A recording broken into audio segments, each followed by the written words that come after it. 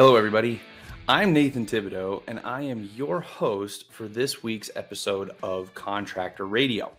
I have a few thoughts that have been on my mind that have been helpful to me in my life and in my career in regards to dealing with the other human beings that we have around us and the situations we find ourselves in. And I want to share some of those things with you in hopes that you're going to find those things helpful as well. We're going to talk about the concept of baggage in the workplace. Baggage in the workplace. You guys, you've dealt with it, you've seen it. So we're going to, ask a few questions and try to come up with some solutions. What is it?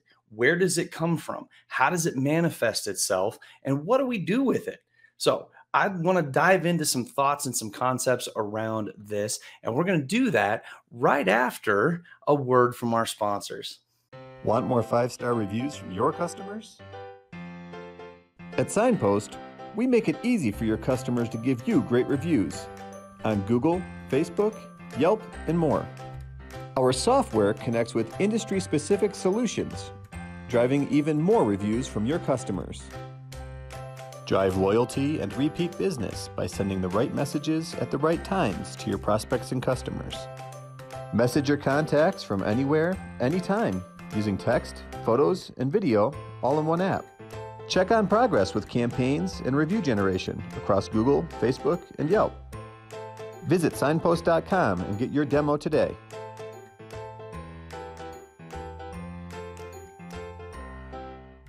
Hey everybody, welcome back to Contractor Radio and this week's episode on baggage in the workplace. Now, there's a lot to unpack here for sure, number one. Number two, I am not a psychologist or a therapist, so let's just hold off on laying down on our couch while we listen to this episode. I'm just going to share some thoughts and experiences that I've had in my own life. So first of all, what exactly is this thing?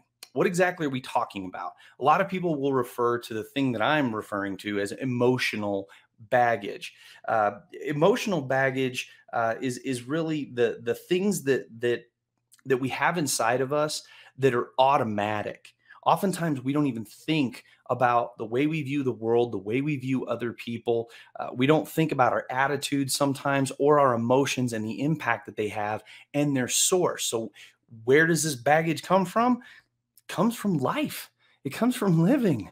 Your parents or parent, how you were raised, your own personality, your own physiology, sometimes your own makeup and who you are, where you came from, the way your brain works, what kind of experiences you had in school, middle school, high school, sports, what kind of coaches you had, mentors, leaders, maybe even relationships in the past that have left mental and emotional and sometimes physical scars that we carry with us in life.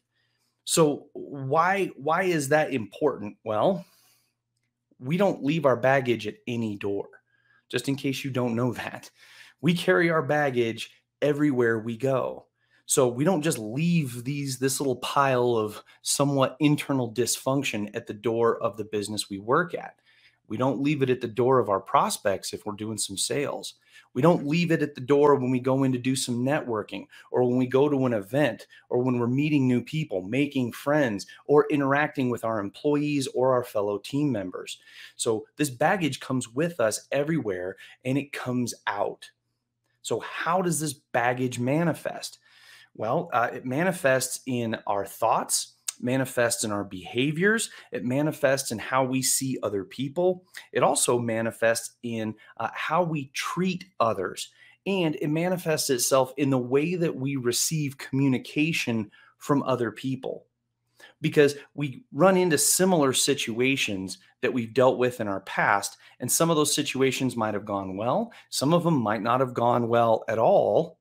And our experience with those things are going to impact the way we treat this new situation that looks eerily similar to the last one. So how can this show up? Well, let's talk about this a little bit. Maybe you'll identify with some of this, maybe you won't. But if you've got somebody in your workspace and for whatever reason, this person is talented, they are bright, they have energy, but they just don't seem to want to engage. They don't raise their hand for projects. They don't really want to step in and do any leading. They don't want to take any empowerment. They don't want to take on projects or maybe pitch in and help out. So what's going on there? I mean, we don't necessarily know. But more than likely, what you're seeing is a manifestation of probably their baggage. I'll give you an example. I've known numerous people who a company has asked them to step on, take on more responsibility, take on some projects, build some things, and do some really good things for the company. And they decided to do it. And what they ended up doing is working themselves out of a job, and the company let them go. Imagine that.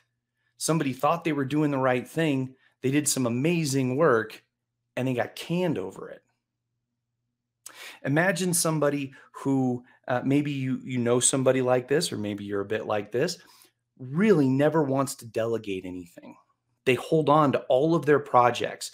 They don't want anybody's outside help. And they're constantly inundated with a ton of work that they can never seem to get done. And they end up slowing things down a little bit. What's going on there? Could be somebody that has some trust issues. Maybe they don't think anybody else is really going to do as good a job as they will, or they're worried that nobody else cares as much as they do. I've also seen scenarios where people will hold on to so many different components inside the business. This is the opposite of the person who won't step up. They step up for everything. If something needs to be done, they're the ones getting in there and trying to do it. But as a result, they end up becoming a choke point for the company. I had a really honest conversation with a guy who was kind of doing the same thing in his own way.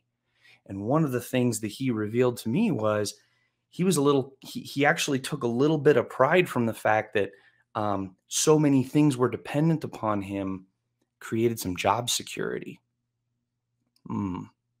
Or maybe you have somebody in your office who doesn't like to tell anybody that things aren't going well for them. They're struggling with a project. They're struggling with things that were given to them. They don't feel like they know what they're doing, but they don't tell anybody. And so they're constantly trying to put out these little fires that are going on in their life and in their world professionally without any help from anybody else. Could be that that person worked at a place prior where any sign of weakness would result in getting demoted, or maybe losing some of how much money you make, or maybe even getting fired. And so these are examples of where some of this baggage gets pulled into our world, in our workspaces, and we see them manifest in the way that people work with others and communicate with others. You may have dealt with people who are very passive aggressive.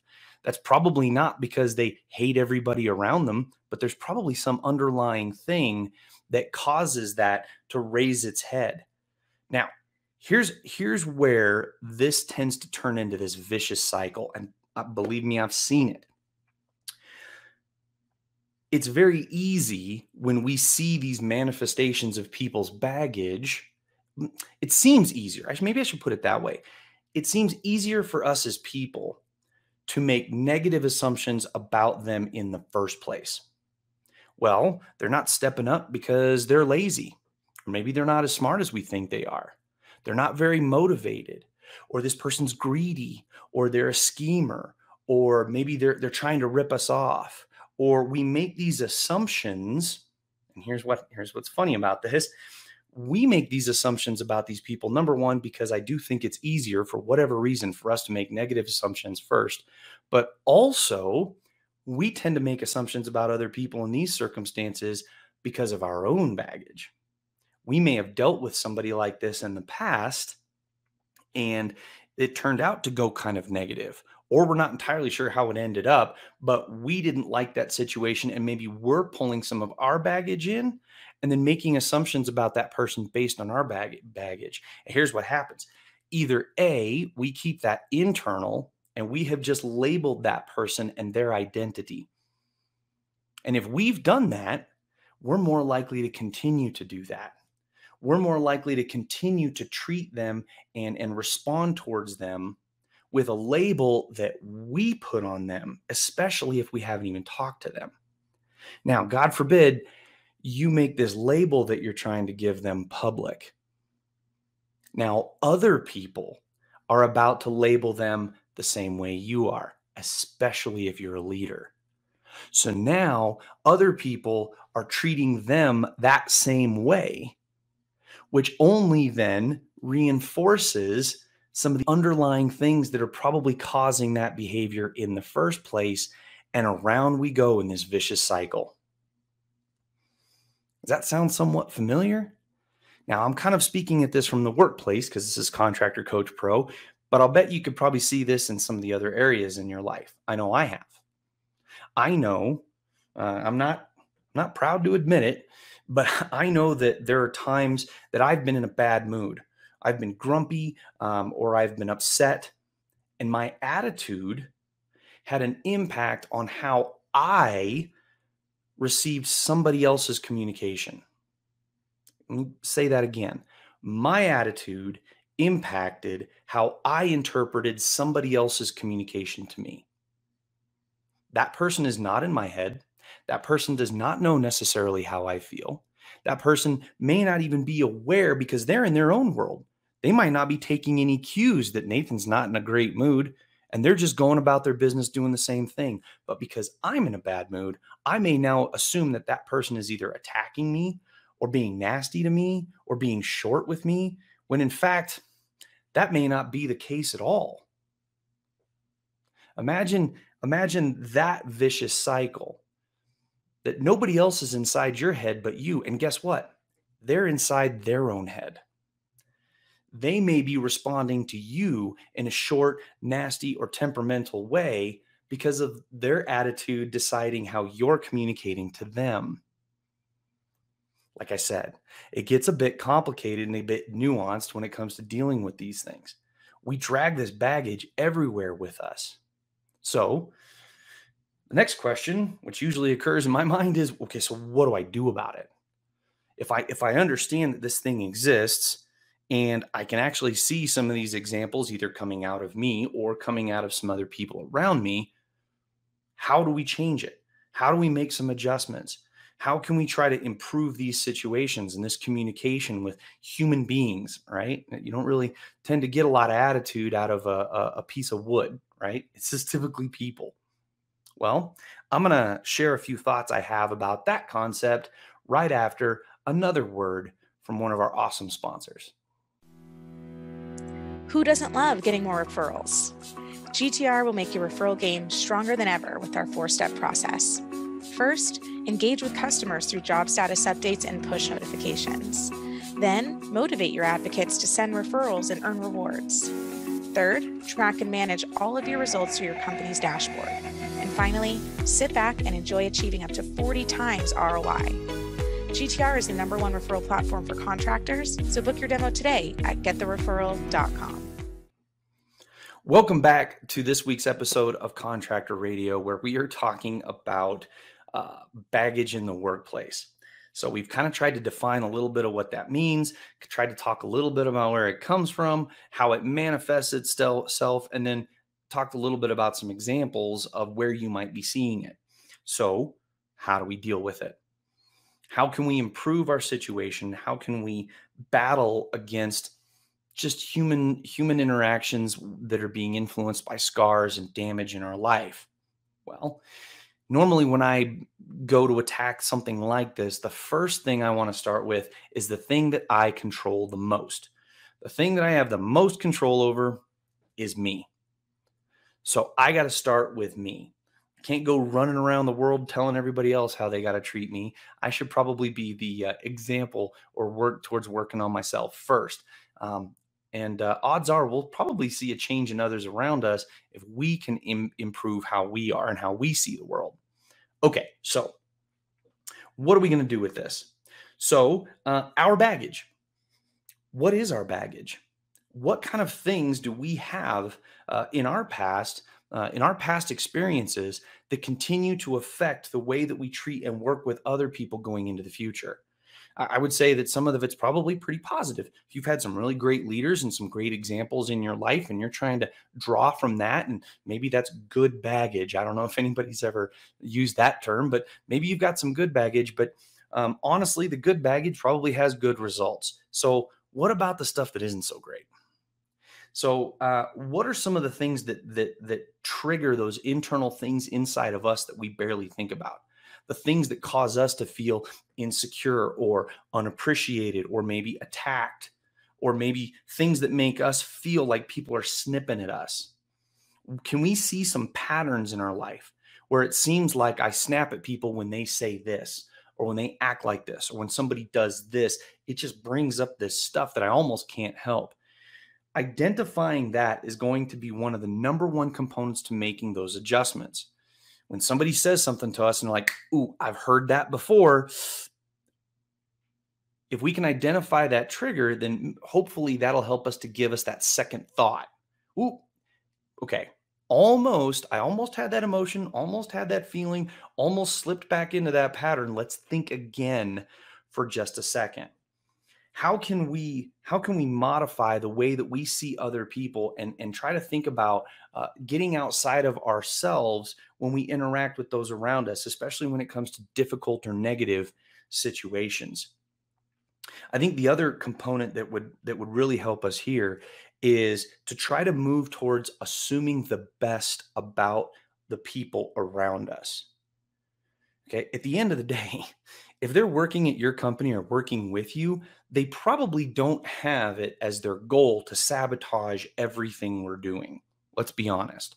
They probably didn't accept that job and show up every single day so that they can try and burn the place to the ground. So in what ways can we make better assumptions about people, especially when we feel a little bit of a little negativity, or maybe we feel a little bit of an attack coming our way? How can we modify our initial assumptions instead of labeling them and trying to put some sort of identity on that person? If we make a more positive assumption about them and then start from there. So if I make positive assumptions about the person in mind as I'm dealing with others, and then go from there, what would be the result of my assumptions being correct? So starting with that positive assumption should hopefully have an impact on how we approach the situation. I guarantee it'll have an impact on the way that you then communicate with them. You think they're being short with you? Let's assume first they're not being short with them. Let's check our own attitude, and then maybe ask a few more questions or dive a little bit deeper with that. So identifying our own baggage, looking for some of those triggers, looking for some of our patterns, and then taking a second, take a breath, take a beat, and take a second thought, and then working towards making better assumptions about those around us, and moving from that standpoint of better assumptions. Believe me, this isn't a silver bullet. There may be some people in your world who don't have your best interest in mind and may not necessarily be on the up and up. I bet you that they're definitely the minority out of that group of people. So assuming the best about those people. Now, the next kind of component to this, once again, we can only control ourselves, really. Let's become a human. Try that one on. Now, that sounds kind of weird, but let's try being a human. It's okay to be upset. It's okay to have a bad day. As a matter of fact, it's okay to struggle. It's okay to have some problems. If work was easy, everybody would do it.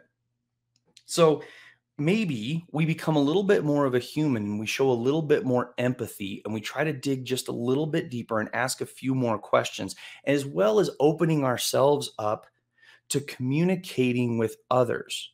So for example, if you're having a bad day, it might not be a bad thing to say, hey, look, Charlie, sorry, man, I'm just having a bad day and I'm just feeling a little grumpy, man. Imagine if you were talking to somebody and they said that to you. Your first instinct as a person, especially if you like Charlie or if you like Nathan, would probably be to say, hey, man, I'm sorry to hear that. I don't want you for you to have a bad day, and sorry if I came off a little negative.